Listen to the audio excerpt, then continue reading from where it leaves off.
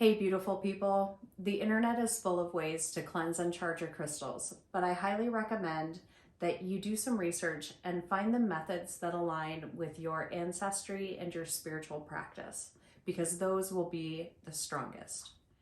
Today I'm going to show you how I cleanse and charge my crystals for personal use, but also for my healing sessions, and anyone can use them regardless of cultural background.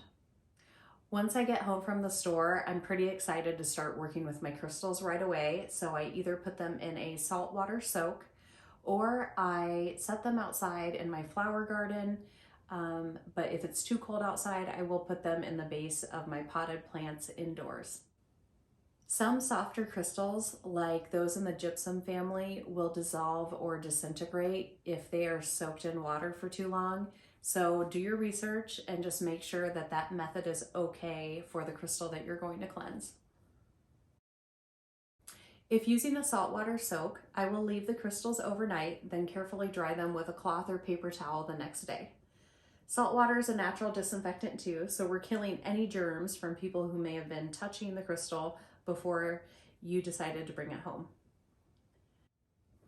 If the crystal's energy is clear but not feeling robust, I add in the next step, which also cleanses and charges up the crystal's energy.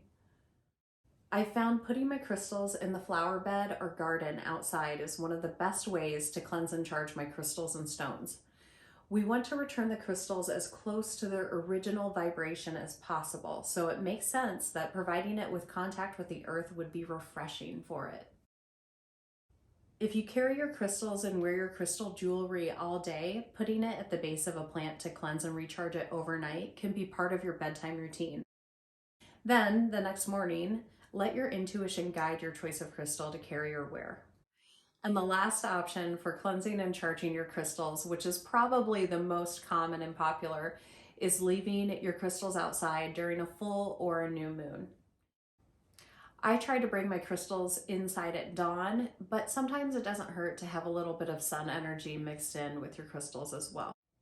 Ultimately, once you've been working with your crystals for a while and you have connected to their energy, you should be able to intuitively know when your crystals are depleted, when they need to be charged, when they need to be cleansed, and that's something that comes with establishing a working relationship with your crystals.